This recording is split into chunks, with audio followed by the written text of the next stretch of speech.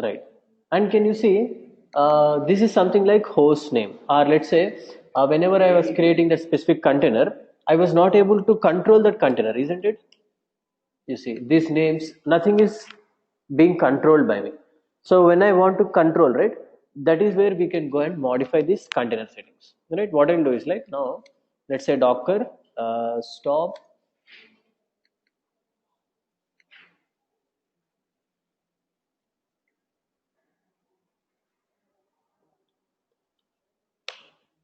So I'm going and stopping that specific container call which we created earlier. Thursday something like board. It takes some time. Stop. All right.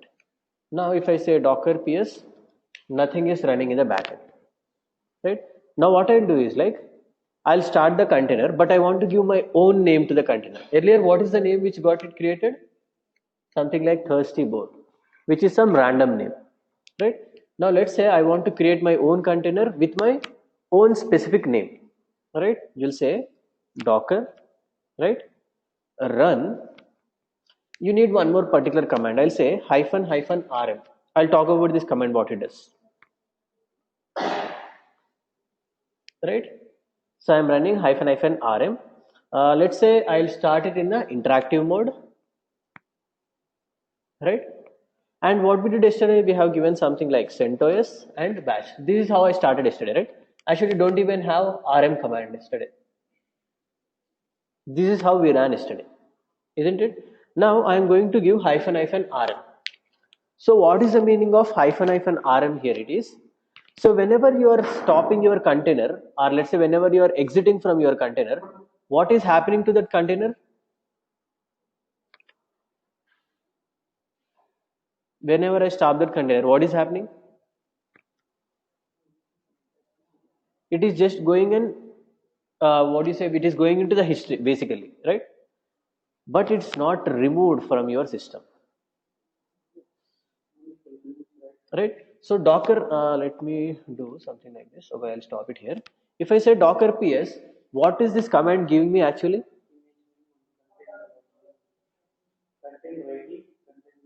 Yeah, I mean like basically it is giving me the containers which are running, right? Containers which are running. Now if I give ps hyphen a, all the containers which were stopped, whether they are running or not running. You see, I actually started like around 4 containers from yesterday. These are in the exited state, they are stopped. If you want to remove them, so whenever you are stopping the container, right, you can remove them with the option of hyphen hyphen rm. If not, you need to go in the backend. Now, if I want to remove, right, Docker container rm, the container name. This is how I need to remove it up. Now, again, I need to say Docker container rm. లేదు bro అదే అంటున్నాను, back ఎండ్లో remove చేయాలంటే ఇలా remove చేయాలి. మీరు on the fly remove చేయాలంటే we'll give hyphen hyphen RM option. ఎప్పుడైతే ఎగ్జిట్ అయిపోయినప్పుడు ఆటోమేటిక్గా డిలీట్ అయిపోవాలి container. Automatically it should remove the container. అప్పుడు ఇచ్చే ఆప్షన్ హైఫన్ హైఫన్ ఆర్ఎం. మీరు మాన్యువల్గా చేయాలంటే ఖచ్చితంగా ఇలా చేయాల్సిందే. You don't have any other option. So మీరు బ్యాక్ ఎండ్ నుంచి వెళ్ళి మళ్ళీ you need to remove this one. Again you need to say, so if I say docker PS right now, running containers, there anyway there are no running container, but if I say ps hyphen a, you'll only see 2 options. Why? Because I removed the earlier 2 options.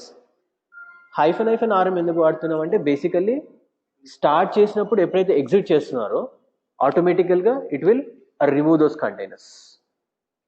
దానికి hyphen hyphen RM. ఎందుకంటే container మీకు ఎప్పుడైతే exit అయిపోతుందో ఆటోమేటిక్గా delete అయిపోవాలి.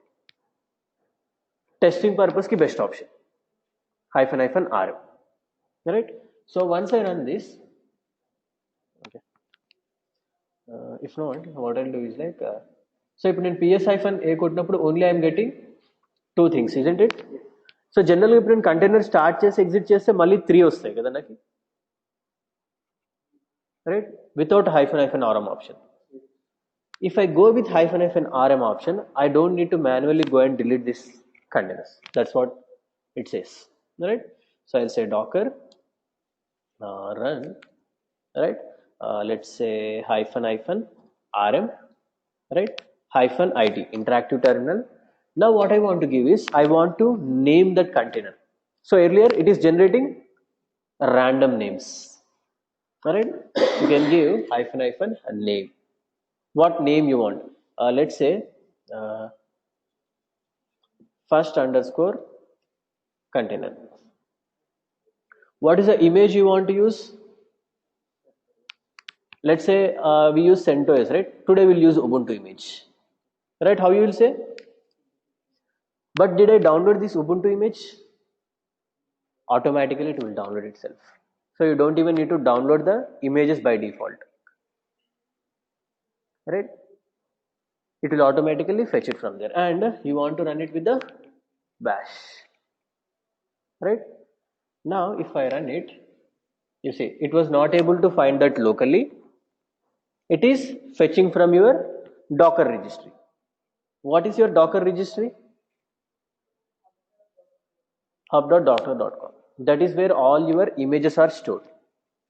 So it says downloaded, and it even started that particular thing. Now if I say docker ps,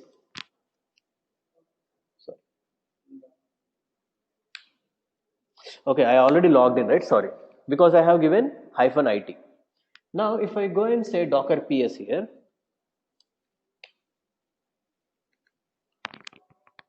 it went, it took our own specific name.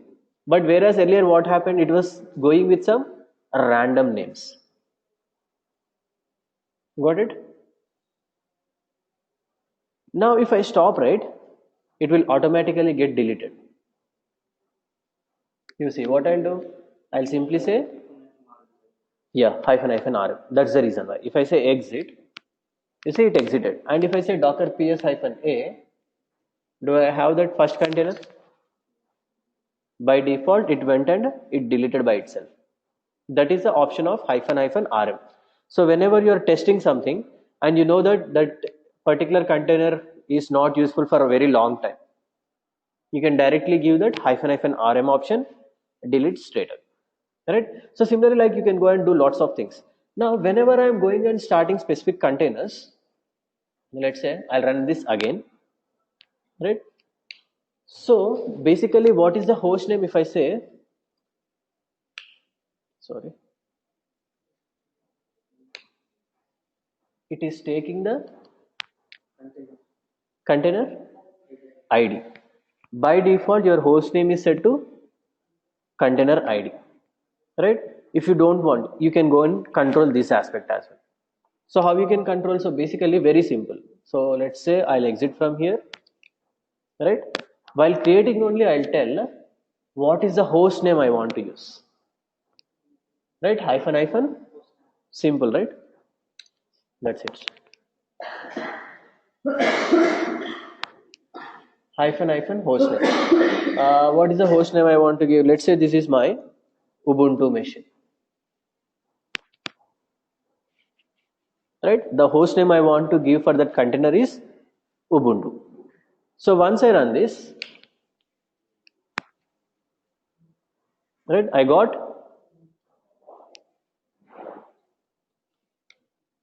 my host name was set to Ubuntu by default. Alright, so like this you can go and basically specifically say like you can set any specific name you want or host name you want. You can go and do all these kind of configurations, right?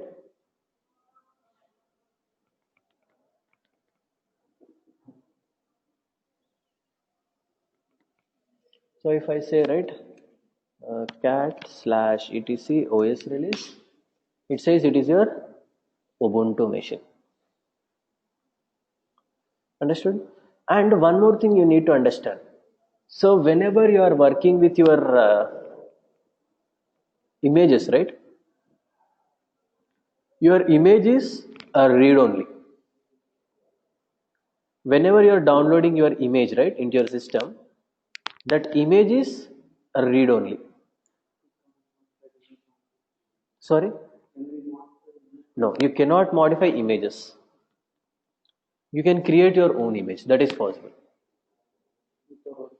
Yes, with your own configuration. I'll show you that at the particular end of our course. I'll show you how you can create your own image and put whatever you want in it. So Docker containers run on a concept called copy on write, cow, copy on write file system. So how it works is, so what is this particular image currently has? Ubuntu. So what this container will have generally? It is nothing but it's a copy of Ubuntu, isn't it? Now, if you do something here, let's say I'll do, so I'm already root, right? Let's say apt get update. Now you see it went and it is updating some packages. This is not happening on your image. Where it is happening actually? Container. Your container has edit access. Now you can make this like your own image. Now this particular container, does it have Apache? No, right? It is a dummy system right now. Now if I say sudo, no, I don't need sudo. Apt get, I'll say install Apache 2. What are you doing now? You are adding something extra. So what was their first thing?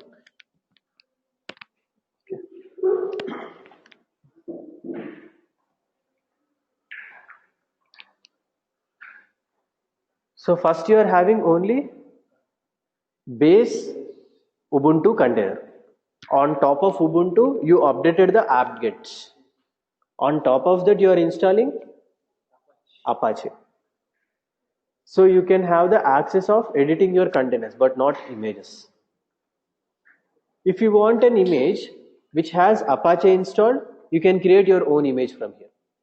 That is what your copy on write file system means, right? So you are basically creating your Ubuntu machine, right? This is one container, right? On top of it, you are putting some update. On top of it, you are installing Apache. Copy on write file system. Now, whenever your Docker, say whenever I was pulling some new image, right? It says something called like pulling layer. Did you observe it? Pulling layer. Nope. Let's see.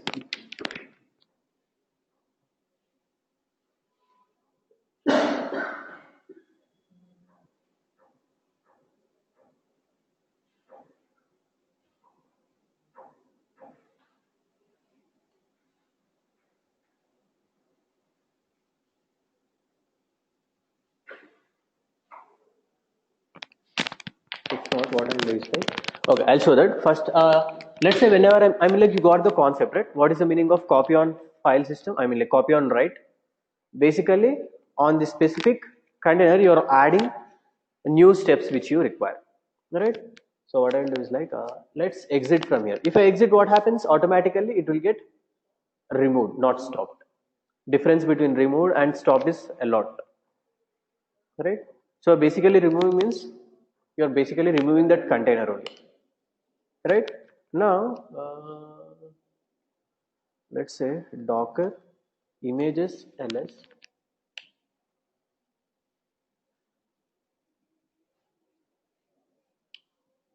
Right, you are currently having two images. One is Ubuntu and CentOS. Let's say Docker image rm Ubuntu. Right? You see how many deleted, it went and deleted these things, right? Now I'll say Docker pull Ubuntu. So even, I mean like if you run also the same thing is happening. Automatically it is pulling the Ubuntu image. You see it is pulling some layers, 47 MB. Right? After that it is pulling one more change. So what is happening here? That actual image was built on 3 or 4 steps like this. It is pulling each and every specific change. So actually how your Docker images are built, So let's go to the browser.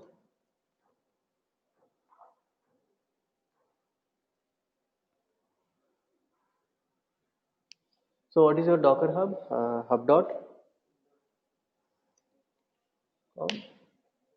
If you take any specific images, right? Your images are built on top of a file called Docker file. You have something called like Docker file. So let's say Ubuntu. If you go to the specific file, any specific thing you say, you have something called like Docker file. If you click on this is how your Docker file is built. So it is happening actually.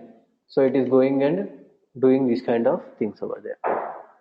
This is how your Docker. This might confuse you. If not, I'll show you simple things. Let's say Nginx. Very simple thing, right? Now, if you go to this Nginx, so how this particular thing is built with the help of Docker file, you can see. You see, it is using a predefined image called Debian already. On top of it, what he's doing, you see, it is updating it. Then he's going and you see, he's going and getting that Debian packages. You see, he's putting that in your particular location. He's changing the permissions. Then at the end, you see, he's running this particular thing. He says Nginx, this particular command, and it should run on port number 80. So that is how your Docker images are built. So when you want to build your own image, you will write Docker file. So I'll show you. Let's say when you are working with something, I told you, right? I'll show you even how the Node.js applications work. With the help of this particular Docker file, we'll create our own image where your project would be running on the fly. So whenever I start a container, my project should be up and running. Right? That we need to go and develop our own Docker file in such a way that it should start all this particular process and do all these tasks. We'll see that. Fine. So you understood, right? Where your images are actually created from? Fine. Making sense? Very important. That's how your particular images are done. And you got right? What's the meaning of copy on write file system? That is also clear? Good. Any doubts in that? Are you confused? If not, if you are confused, just straight away let me know. We will repeat it. No problem. Right? Can we repeat that thing? Okay. So let's say whenever I am running this particular, what you say, pull command. So what it does, it first goes and checks your Docker file. What is there in the Docker file? It will go and grab all those things. Those are nothing but your each layer, changes which are there in your Docker file. Consequently, it is pulling those changes. Right? After pulling those changes, you have your own image within your particular system here. Right? So all these images, it is going to store under your local repository. So Docker has its own local repository. You have something called like var lib docker, where all the Docker cache is stored. Whenever you are starting a container, right, it is going to that image, it is taking the image template, it is starting one kind of container. Here container is like basically your virtual machine only, right? You are getting all the features which are there in your same virtual machine, isn't it? Now basically this works on the concept, I mean like how your containers work is nothing but they use something called like copy on write file system. Right? Images are not like that. Images are only a read only. Right? Whereas containers, you can go and modify anything you want. If you want your own specific image, right? On top of this specific Ubuntu image, you can create and do anything you want, and you can make it like your own image. That is possible. Right, got it? Fine. Now what I'll do is like, I'll show you one particular important thing. So Docker works on something called like persistent. Your Docker containers are completely persistent. I mean, like basically you can say that they are very volatile. Docker containers are completely volatile, meaning in the sense, whenever you work on containers, if you store some data in your containers, right? Whenever you are storing some data in your containers, once you remove the container, whatever the data which you stored in that container is gone. Very important thing to remember, right? So if not, I'll just put it up.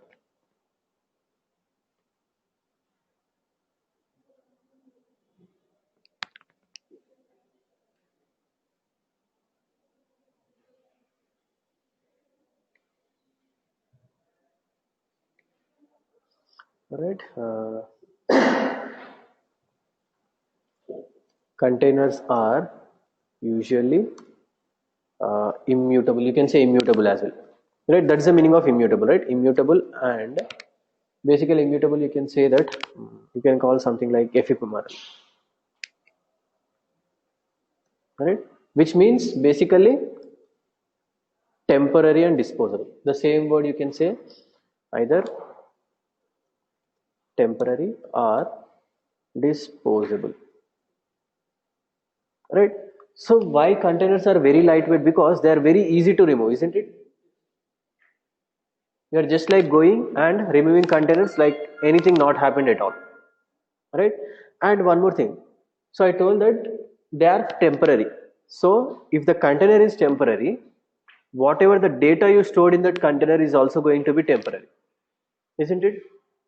Because this container is acting like a VM for you right now. If you remove the VM, are you going to have the data? Right? So let's say you created some Google Cloud machine, you kept some WordPress directory over there. Once you remove the instance, do you have the data? The data is gone, isn't it? It will get erased. Similarly, your Docker containers do the same thing. If you remove the container, the data which is there in your particular container is gone. So let's see one small particular kind of example for that. Now let's say I'll go, what I'll do is like, right, okay, and I'll not say hyphen rm right now. So I'll not remove it straight away. So I'm going and creating something called like a first container. Alright. Right. I am currently under root. If I say ls, yes. Now what I'll do is like echo something like Ravi, and I'll redirect it to something like ravi.txt. So what it is going to do, it is going to create a file called ravi.txt and it will put the content. Now if you see, yes, I have a file called ravi.txt, right? If I say cat ravi.txt, yes, I have that specific content. Now if I say exit from this, what happens actually? Right, exit. So what is basically does when I do exit, what is happening to the container? It it stops. It stops first thing, right? If I say docker ps, is it running? No. But if I say ps-a, it will list because you just stopped it. You see first container. You stop the container. Now you want to go and start that particular container. What you'll say? Docker container start and the container name. Let's say first container. Right. It went and it started. If you say docker ps again, ఆ command లో first container అనేది ఒకటే run అవుతుంది.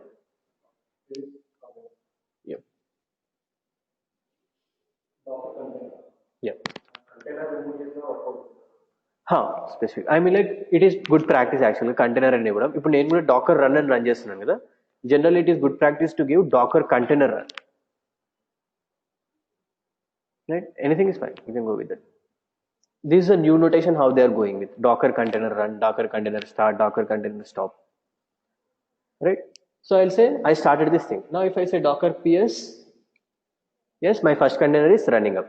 So how I can go and attach to it? Docker. Yesterday we tried it out. Execute, right? Because that is started, but you are not in that container, isn't it? You can say docker execute -it. What is the container? First container, right? First container. Now I'm in my Ubuntu, right? If I say ls, do I have ravi.txt? Yes. If I say cap, yes, it's there, right? If I remove that container, let's say I'll exit from here. Now if I say docker ps, it is still running, right? Now what I need to do, I need to stop it up. Docker container. So you can automatically remove it forcefully as well. I'll say docker container rm -f forcefully. Stop and remove it automatically. I'll say remove this specific first container. Right? It got removed actually. Now if I say docker ps, nothing is there. Even if I say ps-a, first container is also gone. Now what about that file called ravi.txt? There is no way you can get that file. 100% no way. That is what I am talking about. Containers are temporary. The data is also temporary. Right? Very, very important thing to notice. So that's the reason why containers are called very volatile or persistent. Right? So to basically avoid this problem, we got two options. One is called Docker volumes. Docker volumes, very important concept actually in Docker. So this disadvantage can be overcome by something called like Docker volumes, and you have something called like data mounts or bind mounts.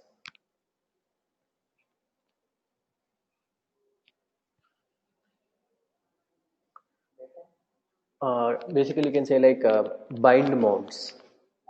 Yeah, bind mounts. So you got, so let me put up this file. So you understood it. So basically to solve this, we got Docker volumes and bind mounts. So you can use these concepts. MOUNTS. Sorry? Mounts, yeah.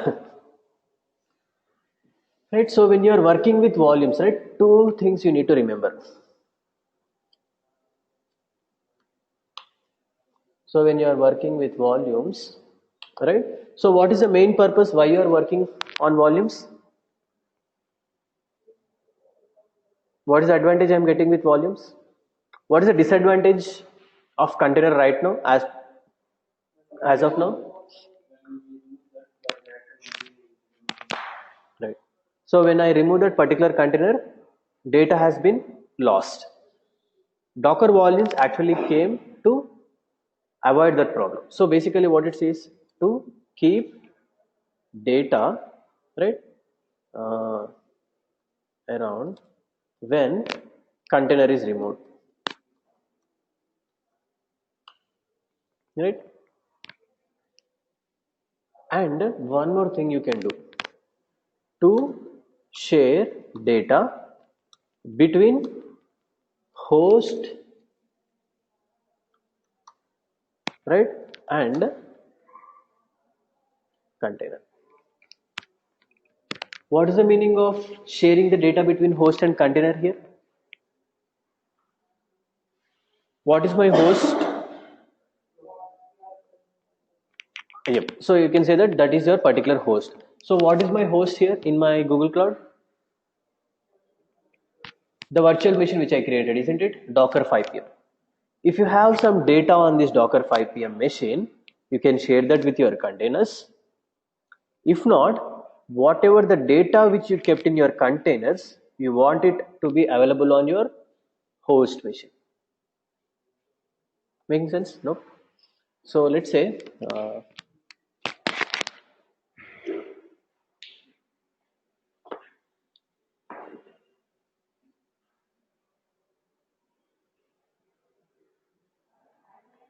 So what was our particular implementation? So let's say this is your Linux, which is implemented, right?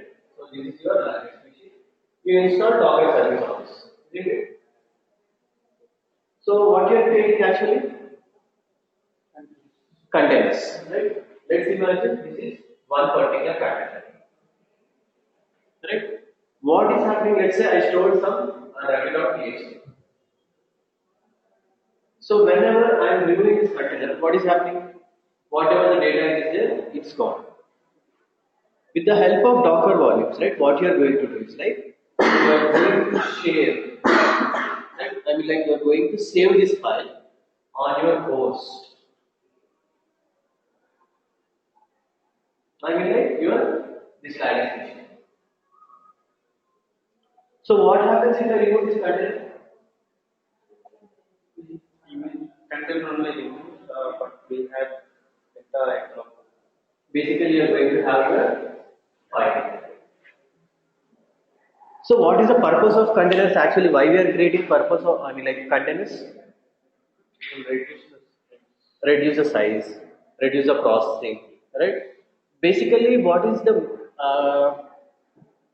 I mean, like advantage actually? So let's say you're telling like reducing the size and all this. But why I'm going for Docker is actually, if I want some particular software, I don't want to do all these pre-implementations, isn't it? That is a major thing, right? Now, why you need basically Docker is nothing but your processing machine. If you store data, we know if container is removed, everything is gone. At the end of the day, you will never store data in your containers, 100% sure. At any chance, you are not going to store the data. Where is data? On the host machine. Even if your container is removed, when you create a new container, if you give the data, right, it's all set, isn't it? Now let's say imagine you created some Nginx container. What is the main purpose of Nginx actually? To serve the web pages. If you keep the data directly in the Nginx server, what happens? I mean, like Nginx container, if the container is removed, the website is also gone. Now, what you do is like you keep your website data here on host machine. What you say, git clone to this machine. You got your entire website here. When you are running this container, you will say take data from there. But this is not going to be hard coded thing. It is something like a soft link. Now, if you remove this container, what happens? Just the processing is gone. Do you lose your data? What you will do again? You will create a new container. You will say take data from here. That is the actual purpose of Docker. So now let's say you want to upgrade some software. What happens generally if you upgrade? Your data is generally lost. Right? Let's say when you are setting up your Android mobiles or something, if you are hard reading setting, right? Your data may be lost, isn't it? Whatever the particular pre-applications, everything you install. Why? Because data is hard coded. Now what you are doing, even if you reset, delete, do anything, once you create it back, if you have data, everything is safe. What is a major component in your applications as well? Database is a major component, isn't it? All the data is going to be stored in your database. If you keep your database intact, even if your application crashes, whatever may it happen, you can get the data back because you have separate database storage. That is the purpose of database, isn't it? Similarly, your containers will also use volumes. Got it? The purpose of volumes actually? Sure, 100%. Very important. In Docker, if you create volumes and data mods, that is where you're very, very careful you should be. Because if you don't know about this concept, right, even if you create hundreds and thousands of containers, it does not make any sense. Without data, everything is at risk. That is where volumes comes into the picture. Yes, simplified system. Same thing in Linux we have. So basically, in data modes, it becomes much easier. Volumes is somewhat typical to do understand this kind of thing. After volumes, you got data modes. Data modes is very simpler, more advantageous than volume. So I'll show you like volume as well. Then later I'll show you data amounts. Data amounts is very simple. Volume is somewhat typical. It is even tough to remember. But whereas your data amounts, in seconds you can grab that particular point.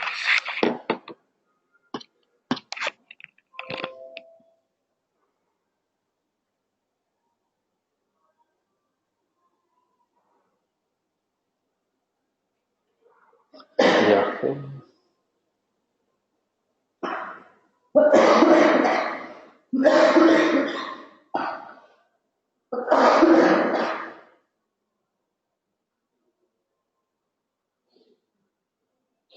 Yeah. So I'll share few of the points. So you can take these particular points. Very important things to remember when you are working with Docker. These are the particular things you need to remember about volumes. First thing, this particular thing. These 3 points are very important. So first thing it says a Docker volume is a specially designed directory, right? And it is says it is initialized when the container is created, and by default it is not going to be deleted when the container is stopped or removed.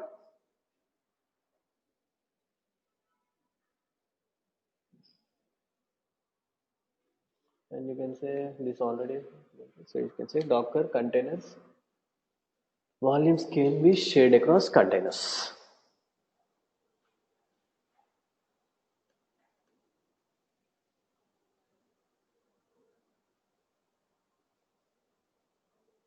These 3 points you should always remember when you are working with volumes.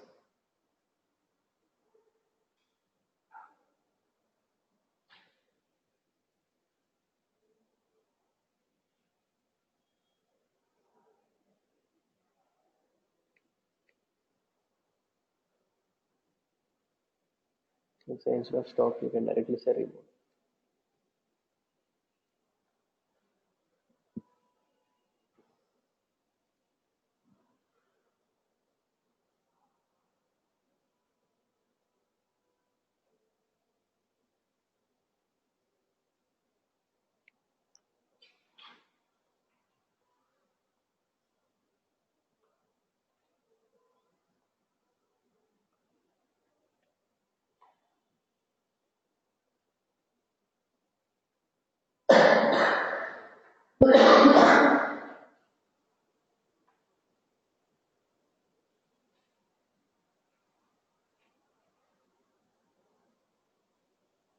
You're not feeling well? We'll go for like 10 minutes and stop it. Right?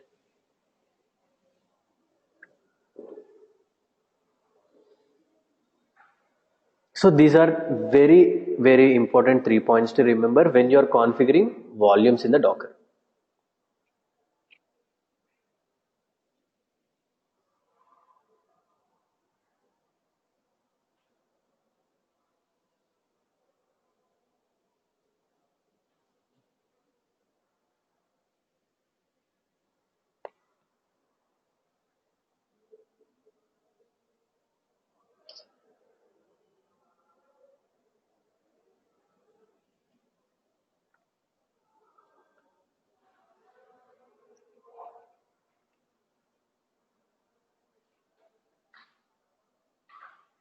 Right? Alright. Now you see how we can create the volumes. Now you've got a command called docker volume ls. Docker volume list. This would give you the list of volumes which are there. Currently, do you have any volumes? Because we did not create any volume yet. Right? We did not create any volume yet. Now let's see how you can go and create your own volumes. Very simple. You give specific tag called -v, done. Volume is created. Now I'll say simply docker, I'll say container. So basically this is how you need to create the container. I'm directly giving run, but you can say Docker container run. I'll say -it, right? Let's say hyphen name. Let's say this is my second. I'll say this is my name for the container second, and I want to give some specific volumes here, right? I'll say -v volume, and I want to create a volume called something like I want to mount it in the root directory, root of container. When you log into the container, right? Root of container, right?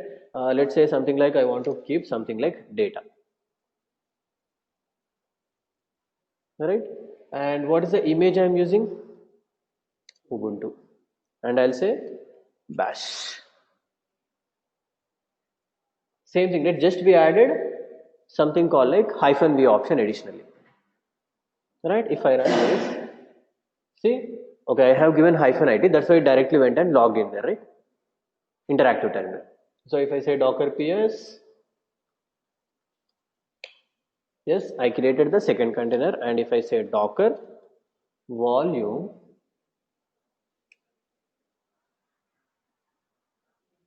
so it created some volume with some specific ID over there. Now if I go and log into this system, and if I say ls, can you see I created that particular thing called data. Now whatever I am updating under this data, it would be there and stored under this volume. Got it? Now how it is going to store actually? I told you that volumes are going to store on host or container? Host machine. They are going to be stored under the host machine. So you need to know, right, where it is going to store. So you got one very important command to remember, docker inspect. If you know this particular command, you can go and do anything you want. Docker inspect command, right? Docker inspect, and what you can inspect? You can inspect the container. Container ID or name. Docker inspect, you need to say container, and what is the name? Second. You can give container ID or container name, anything is fine. Docker ps. If you remove that, right, how are you going to have container? Okay, you want to know the volume if the container is removed. You will say, what is this one? The volume, right? Now you can say docker inspect volume and the volume ID.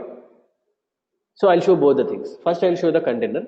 Let's say if container is removed, how you can go and take the data, right? If I say docker inspect container name, this command will give you A to Z information of that container. You see that container MAC address, its default gateway, it has its own IP address internally, right? It has its own network ID, because this is your network settings. It is like your VM only at the end of the day. Like I told you, right? Container is nothing but it acts like a VM, which is disposable and lightweight. Now it has got all the information. It has its own gateway, and if you go right, it has its own network settings.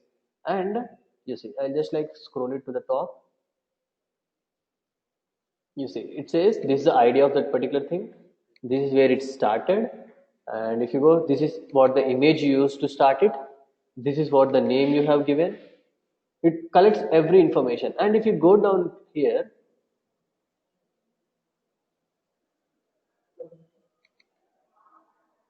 and this is a volume ID, isn't it? A67D703. If you go and check it here, okay, if not, I'll open one more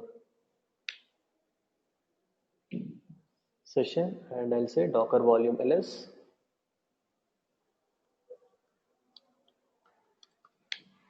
You see, A670 something 703, and if you compare it, and where it is source, this is where it's stored in your host machine. If I copy it up, and if I go here, and if I say ls, Okay, it says permission denied. So, currently nothing. Why? Because do you have anything there? What I'll do, I'll go to this container. I'll say cd data. Nothing is there. Let's say touch ravi.txt. Now if you say, I got a file called ravi.txt. If I go here, if I do again, making sense? So volumes is very important. Volumes is a particular thing which attaches this data to your containers. And even if you remove these containers, the data will be still intact. If you remove the volume, it's gone. Making sense? If you remove the container, data is going to stay with you. But if you remove the volume, data is going to go. So what I'll do is like, now I'll remove this particular container. Let's say what I'll do. I'll quit from here. Sorry, not this one, right? Here. Right? I'll say, I'll quit. Sorry, exit, right? I'll exit. Now my container is stopped. If I say docker ps, it has been stopped. But what I want to do, I want to remove that container. Docker container rm second. It has been removed. Now if you say docker ps -a, nothing is there. Right? But what you have? Volume. If I say docker volume ls. So that is what this point says. It says, isn't it? They are going to be stored independently. Okay, I deleted that particular thing, right? So it is nothing but the volumes are going to be stored independent of your containers. Right? Now if I go and you got volume. Now how you can do, where is this volume pointing to? Docker volume inspect volume ID.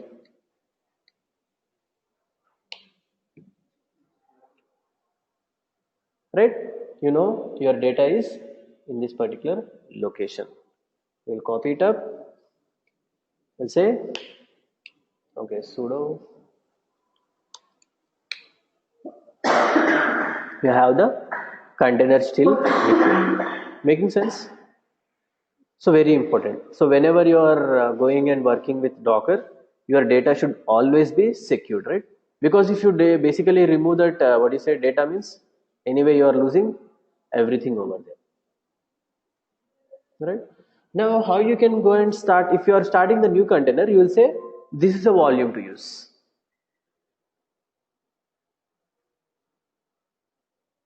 Right? Making sense? So maybe like I'll stop it here today. Tomorrow we'll see how to basically start the container with the same volumes, and as well as we'll talk about mount points. Now if you see here, what is the disadvantage? You can't remember the source destination, I mean like source location here. It is somewhere where lib docker volume, some specific name. You have something, tomorrow I'll discuss two more things. There is something called like named volumes. You can name the volumes. Now what is happening here, it is basically taking some ID, some specific ID it is getting up, right? So instead of that ID, you can name those particular volumes.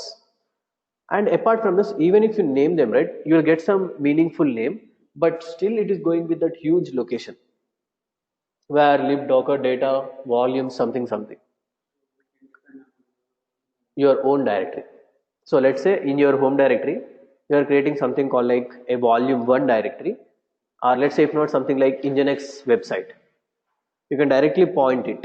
That is what data mounts, bind mounts. In that way you can give your own predefined things. Now that is very easy, because now you see that whenever you are updating the file system, it is automatically updating in your container also. If you are updating on the host, it is updating on the container. So if you are testing some websites, or let's say if you are testing some things, if you automatically change this in your file system, it is going to directly affect on your containers as well. So data mounts is very important concept. That's the reason. It becomes much easier to go and work with the data if you understand bind mounts or data mounts, right? So tomorrow we'll see like couple of things on this persistence itself, the data handling, right? and we'll try to go with something like MySQL, which is which makes more sense, right? Because basically in real time you always want to save your database more than your file system. Why? Because file system anyway it is going to be there in your GitHub. Anytime you want, git clone, data is there. But what happens to the database? If database is gone, you don't have anything like what you say, GitHub to store your databases. You are either storing the data as some tar file or something like that, and you'll bring it down. Right? Tomorrow we'll start with MySQL containers, something like that, which makes more sense and which would be like more easy to understand as well. Right? Today I'll stop it here.